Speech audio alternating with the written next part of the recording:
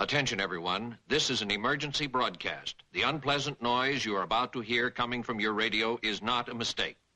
Please do not turn off your radio, but turn up the volume on your receiver as high as it can go, so that you can make the sound we broadcast as loud as possible.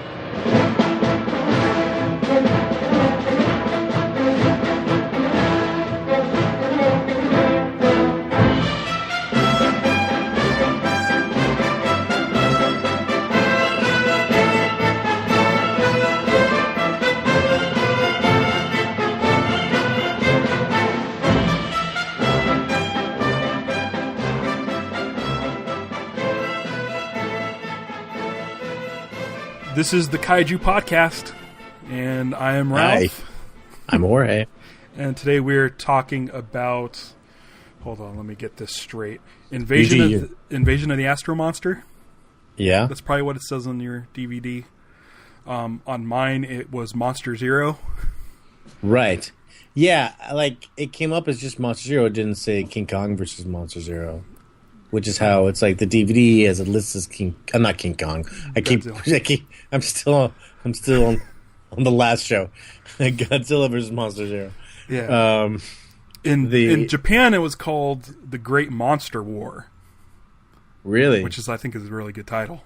So something I did was because the DVD I had both versions on it. I watched the original Japanese, which is hard to take notes with. Because you have to read.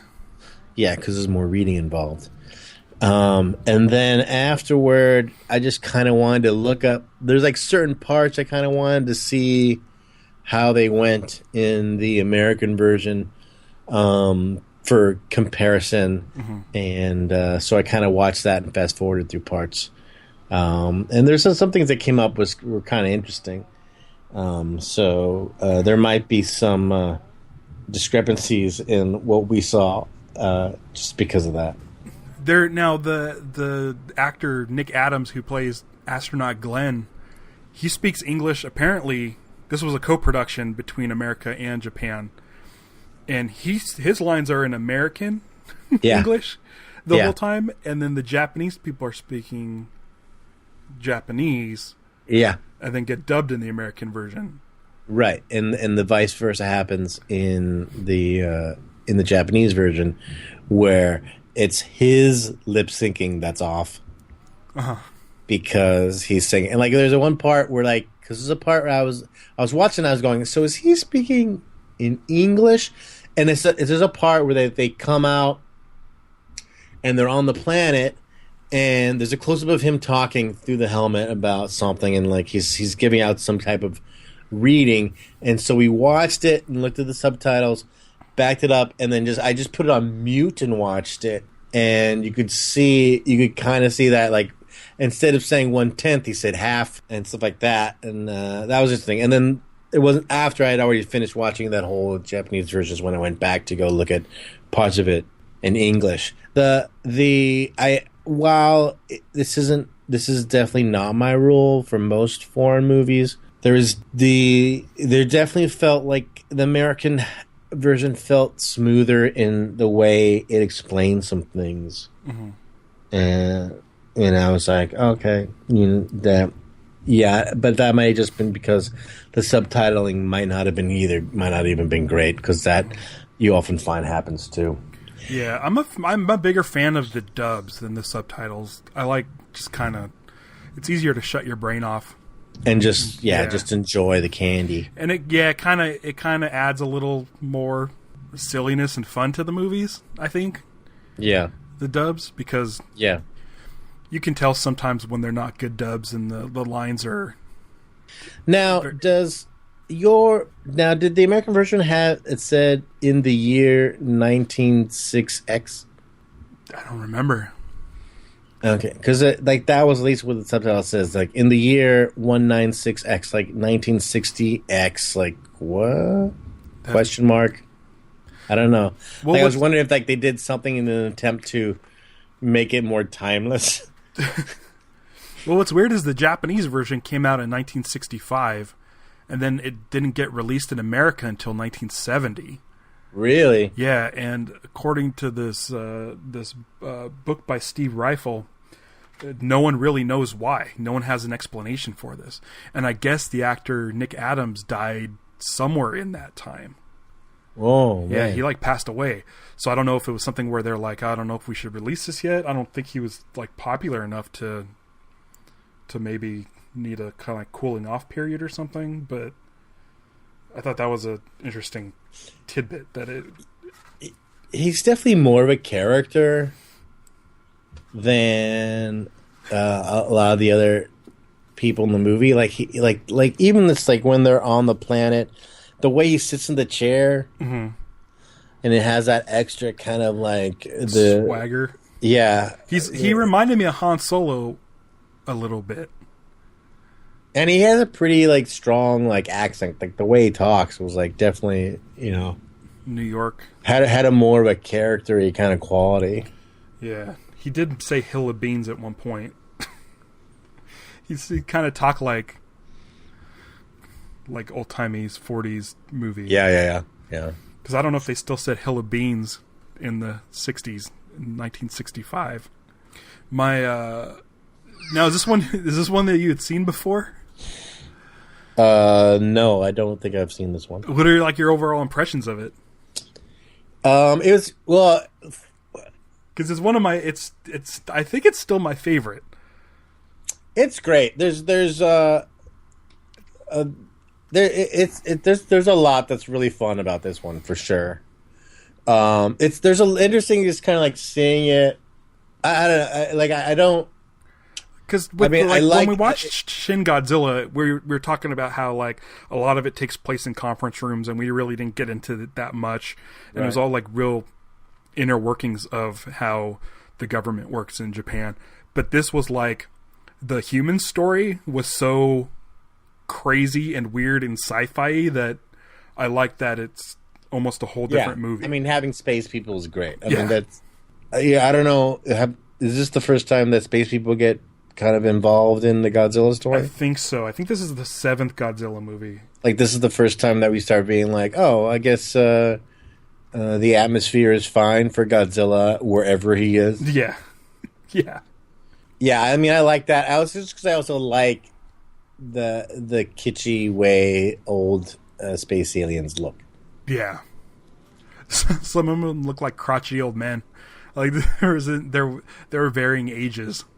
And I found myself like transfixed on all the background aliens, not the commander guy. They were all just scowling different. I was transfixed on trying to figure out where the outfit separates.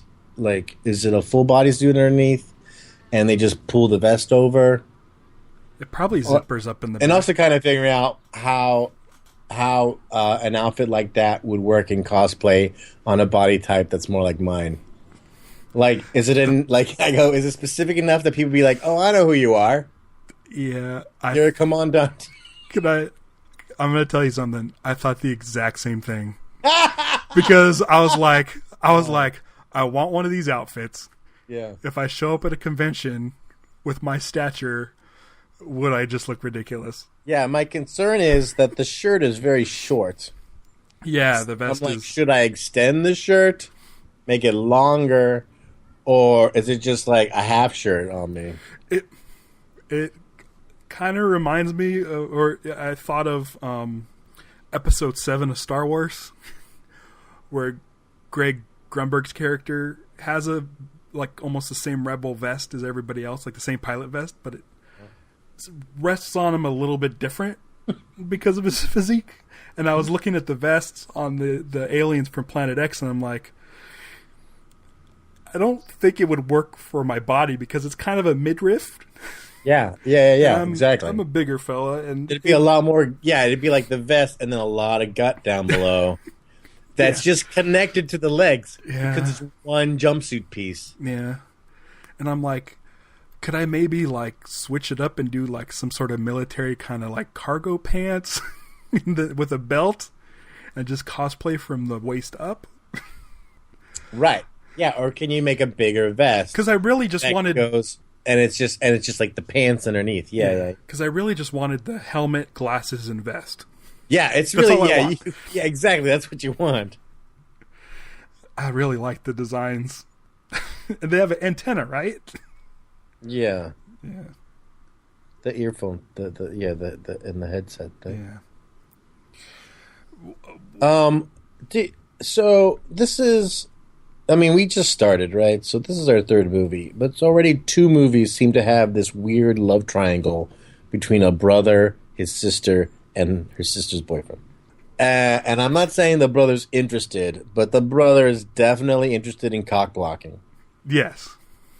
And because like in King Kong vs. Godzilla, there's that whole thing like, hey, he got a bigger steak than I did. Mm-hmm. And then in this one, it's like he sends a message. He says, "Hey, tell her, don't do anything rash." And then you go, "Oh, wait a second, that's her brother." Yeah. You know, it's like twice. It's like you go, "Oh, this must be her boyfriend," and then it's like, "Oh no, that's her brother. That's her boyfriend." I'm wondering if that's just a coincidence or if it happens more. That's something to look at. Often. It's like there'll be things. It's like, all right. It's like this episode had no trains, but we still had this love triangle. That's kind of stuff to kind of Yeah, because I think there may be something like that in Godzilla versus Gigan. Because there's a brother who is an artist and he's coming up with monster designs for a Godzilla theme park, and I think it might be something similar. Yeah, we're gonna have to look that up. Or keep an eye out as it happens. I really like the rocket. Me too. I like the way it looks. Flying The through rocket space. design looks so cool. I like the elevator model, even though it looked like they could only get one astronaut doll, so they had to go down one at a Oh time. my god, that doll! I tapped Stevie on the leg. Hey, check out this shot. Just watched the doll going down the thing, and it made me laugh. Because they didn't even put like a little arm wiggle on a string or something. No. Oh yeah, by the way, that's one we didn't talk about. Like in the doll when King Kong is holding the woman, she had like an arm wiggle. Yeah. That's right. It's not like they don't have the technology for the arm wiggle. Yeah. Also, they go and land on this planet, and they immediately have their guns drawn. Yes. And that also kind of made me wonder if, like, when we went to the moon, did we bring guns? You know, I feel like you would have to, unless they knew enough about enough about it being uninhabited. But still, yeah. So you don't know what you're going to run into. But also, like, what happens if you shoot a gun in space? Does it just come out like slow motion style, like The Matrix? In my head, it's still exerting force. So, like a rocket booster, it doesn't take a lot of force to like change directions. Small, I don't know. So maybe it goes. I have no idea. So, anyways, when that happened, I Googled and I was trying to see if they brought guns up to the moon, and I didn't quite get an answer if they did or not. But there was this whole thing talking about how the cosmonauts they had sawed-off shotguns when they went into space, but they say it's more for where they might end up on Earth again, what they would run into when they went to the moon or wherever they went. Yeah. That it was like, because sometimes you might land in a forest and have to deal with a bear. And so they had certain survival things. They had like knives and guns and stuff. And so, yeah, I'm not sure what was in the American tackle box of that stuff. Yeah.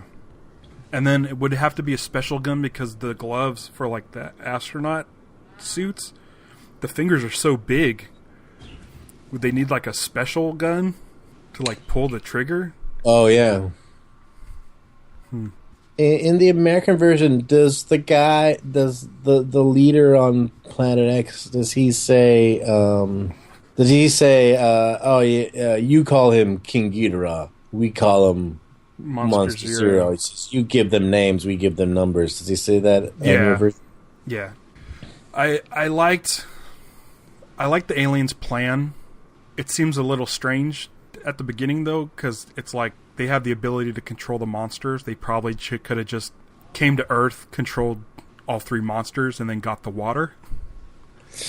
Instead of saying this whole thing where, like, oh, if you guys give us Godzilla and Rodan, we'll give you this this cure that'll save everybody's life. Like, I feel like they could have just come down and started. Oh, that's interesting. Yeah. But, there definitely was this thing that he wanted, like, to make us like, oh, we're on your side. Yeah. By the way, it's in the Japanese version, it's specifically the cure for cancer. Oh, really? Yeah. That was nice of them. And I was like, at first I was like, why aren't they more suspicious that Planet X has basically been surveillancing them forever? Because they know, I mean, down to the fact that they know what we named all the monsters. Yeah. Oh, hold on. One more thing before, just because it popped in my head, is the guy's invention. Yes. It is called a lady guard. And I didn't realize that they were referring to that thing that makes all that noise as his invention. Like, I thought he invented a lot of different things. And the one that was currently going to be sold to market was the lady guard, and this was the new thing he was working on. But in the American version, they refer to it as something like the lady guard alarm. And then that's where I was able to put 2 and 2 together. Okay. Oh, I guess that thing is the lady guard. So it's like a rape whistle? Yeah. Okay. That comes in like a little compact thing. The whole thing was like, why? I didn't really fully understand, like, what is the purpose of this thing he made? It's just to make a crazy sound. And I'm just like, is it a toy for kids? What is it? Yeah. I want to talk a little bit about sad Godzilla and Rodan. Okay. When the astronauts, so the aliens from Planet X corral Rodan and Godzilla in their little bubbles. Yes. Which also needs to be some sort of toy, like either a bouncy ball or something. Because I like the Godzilla curled up like that. Yeah, him holding his tail, like that's how he sleeps. Yeah. Yeah. It's like the baby alien in Alien 3. Yeah. And so they take him to Planet X, and then the astronauts, Glenn and Fuji, as they're leaving Planet X, Godzilla and Rodan, they're super sad. Like, why are you leaving us here? Yeah. And it's to the point where, like, I felt really bad for him. Yeah, it's like we left him in an orphanage. Yeah. They're like, what? What are you doing? Like, I wanted to adopt him. I wanted to rescue. Oh, this is Godzilla. He's a rescue. I have a later note, which is along the same lines, is when the aliens come down to Earth and they bring the monsters there, and they're now threatening Earth. They're giving Earth an ultimatum. And while the aliens from Planet X are waiting to hear the Earth's response, Godzilla and Rodan are kind of just sitting on rocks. And Godzilla's sitting there, like, kind of rubbing his chin and just, like, waiting. Like, that's very strange, too. That made me laugh, because it doesn't... You only see Godzilla either fighting or walking, and that's it. No, because this is Godzilla's biggest personality movie, I think, that I know of. It's like, he's got the Irish dance. Yes. His celebration dance is, genius. And then but also when he's fighting, he does that kind of boxer's feet shuffle thing. Yeah.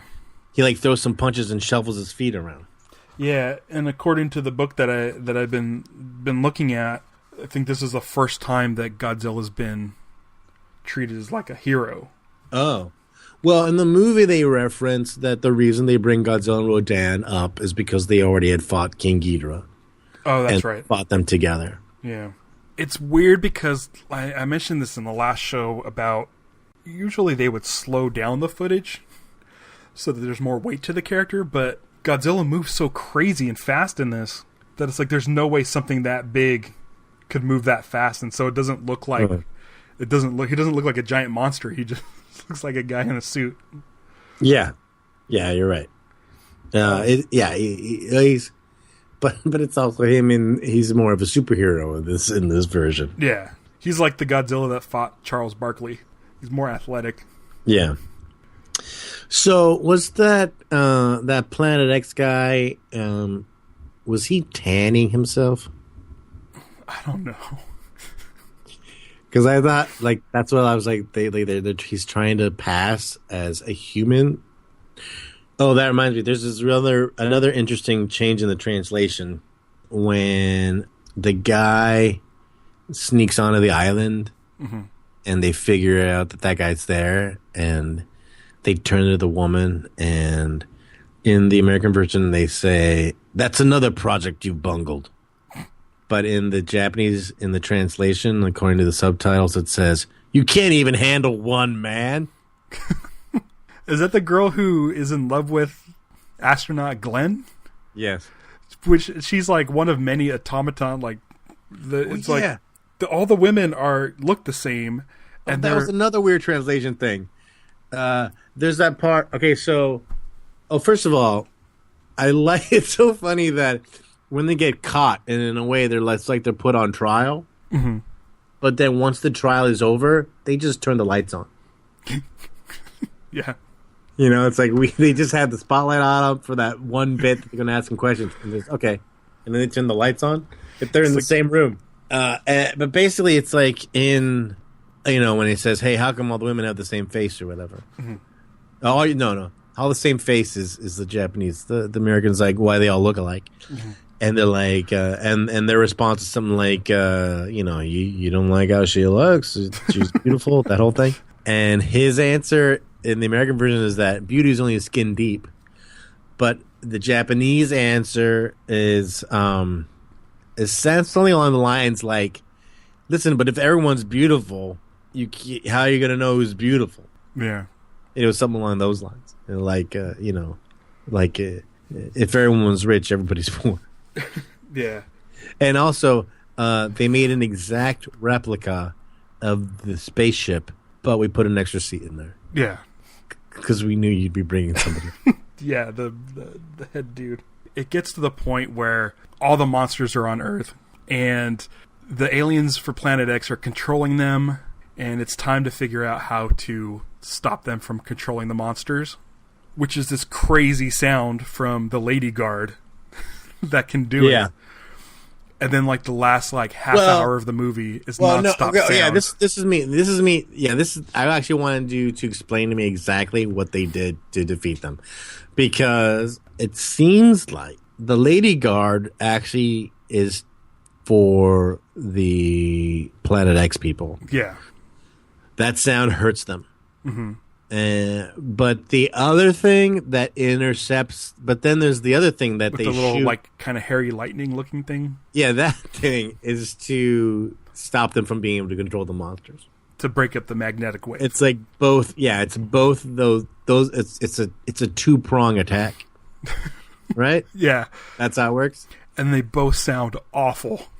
Yeah, just like the last half hour, like Stevie was taking a nap, and I'm like, I gotta turn this down because she's gonna wake up and it's just gonna be an onslaught of Lady Guard, lightning beam, nonstop Ghidorah yells, nonstop Godzilla yells, nonstop Rodan yells, and insane music. It was crazy the amount of sound effects that were going on and being thrown on a loop that I was like, this might be too much. If it was late at night and you fell asleep on the couch watching this movie, this would bring you back when out. You wake up. Yeah.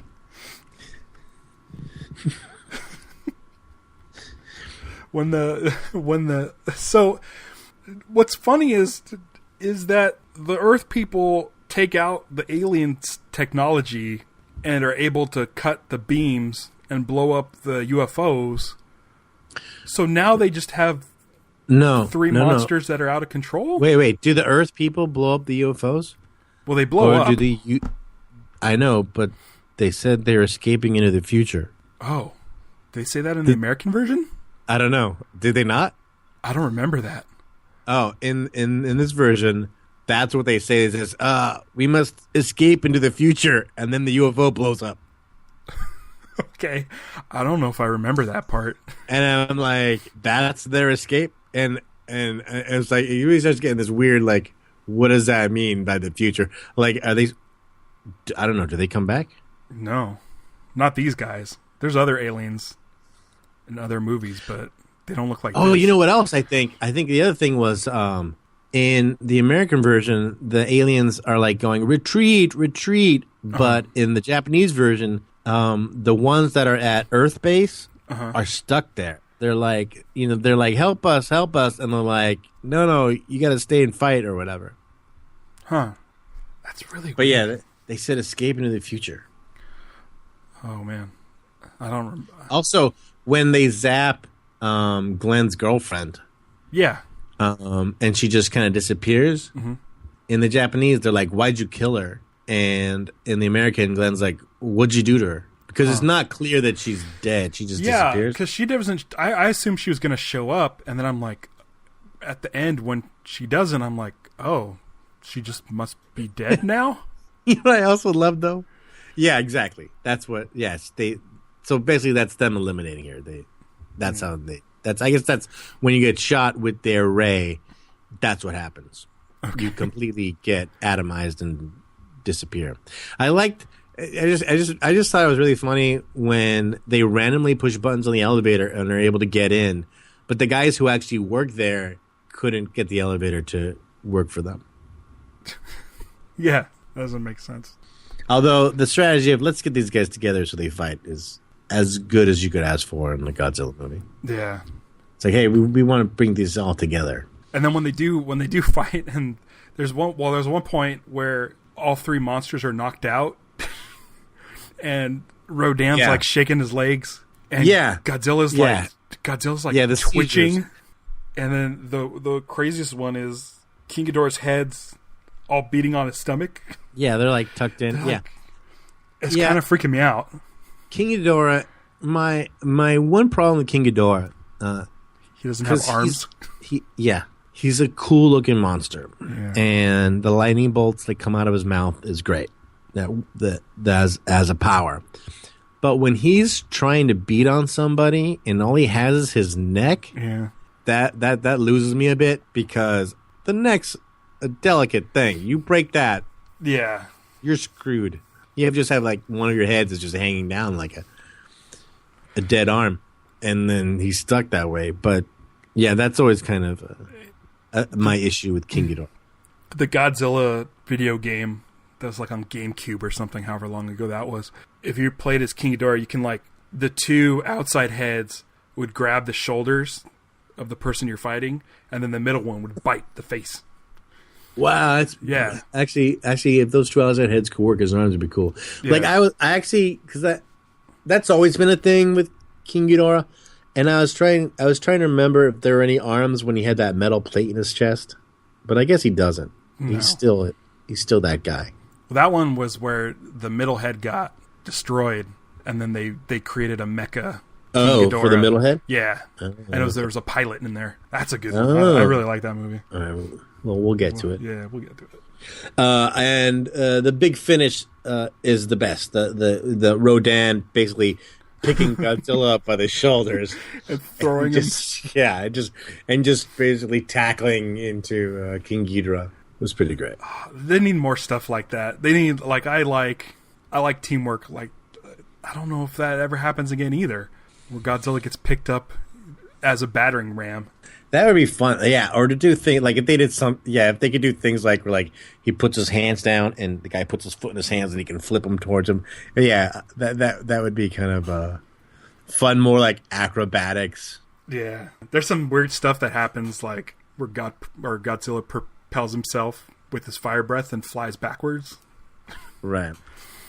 Or does the sliding kick on his tail. But it's like such a easy thing to do, is have a monster pick up another monster. Yeah, well, it's like the image for a lot of the King Kong versus Godzilla posters is basically King Kong swinging Godzilla around by the tail. Yeah. Though it never happens. Nope. I mean, he grabs it a few times, but that's about it. Yeah, the closest thing to that is the dude swinging the lizard. So I don't know if I have much more on this movie. I like that it's more sci-fi. I like sci-fi. Yeah. There's other Godzilla movies that'll get into magic. Yeah, there's cool space stuff. Yeah. that we know coming. It's also like, I wonder, like when they fight on a planet, the planet doesn't have enough cool stuff for them to break. Yeah, everything is underground because they're supposedly so afraid of Monster Zero. Yeah, but that was like they have those like phone booths that come out of the ground and then recede back in. But yeah, I don't know if they've ever had like a moon base that they've destroyed. I wonder how much of that is actually was part of their plan. Like, did they bring King Ghidorah so they could then say, "Oh no, look, we have King Ghidorah," or did King Ghidorah just end up there? Like, is that where he flew off to? Maybe at the end, and so they were stuck with this because they have this whole master plan that this is our we're gonna let the Americans find us. I guess I don't know.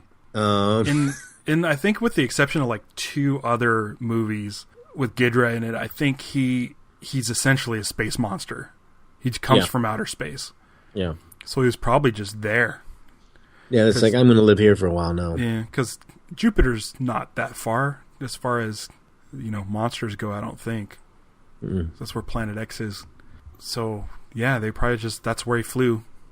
And then they were just stuck with him. But we'll use this so we can finally take over the planet Earth. Yeah, maybe that was the thing. Maybe they're like, well, where did this monster come from? Oh, he was last seen on this planet that's covered in water. Wait, they got water? So maybe that's how they discovered Earth. Oh, yeah, that's another thing. The thing that water is more valuable than gold analogy, I think they say that to them, to the humans when they come. And in the American version, they're like denying it. Like the human says it. It says, no. Gold is the value of gold here.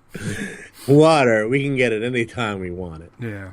So next episode, we're gonna cover Rodan, the standalone Rodan movie, which I'm excited for. I haven't seen it in a while. And you mentioned to me that you haven't seen it. I haven't seen it. Yeah. I mean, some of these I don't think I'm hoping that some of these I'll be like, oh wait, I did see this one, but yeah, that I can't. I don't have any. I'm pretty sure because that one's in black and white, isn't it? It's in color. Oh, it is. Oh, yeah. Because I'm so used to the pictures being in black and white. I'm pretty sure it's in color. I remember it being in color, but I could be wrong. But you get to see where Rodan comes from. That's gonna be it's gonna be fun. I know where he comes from, and I forgot to mention this last episode when I was Googling King Kong versus Godzilla, and I found there are these Italian posters that say King Kong contra Godzilla, but the posters have Gamera and they have like the knife head guy. And it turns out, I guess, they're from that... I forget what the name of the knife head guy is. But basically, it's from that movie, and they just add, like, a gorilla to the poster. They just got it wrong? I think it's a lot of times in foreign releases, it's like the posters are made without anyone having actually seen the movie. Huh. To just get the marketing out there. And so there's often a lot of discrepancies. I'd watch that movie. Yeah, well, it's great because also like the gorilla kind of looks a little bit like I'll have to send them to you. There's like one where he kind of looks like Harry and the Hendersons. Okay. But yeah, so I was like, is this what they thought King Kong vs. Godzilla was? But I guess that's just what they named this Gamera movie. Huh. All right, cool. Right. So yeah, next week we're going to watch next episode. I keep saying next week. We're doing these bi-weekly. So next episode, we're going to be watching Rodan and talking about that. And then, once again, you can reach us at kaijupod.com. That'll take you to our Instagram, Twitter, and Facebook. And you can get old episodes and subscribe on iTunes. And then until next time, sign off. Fly into space.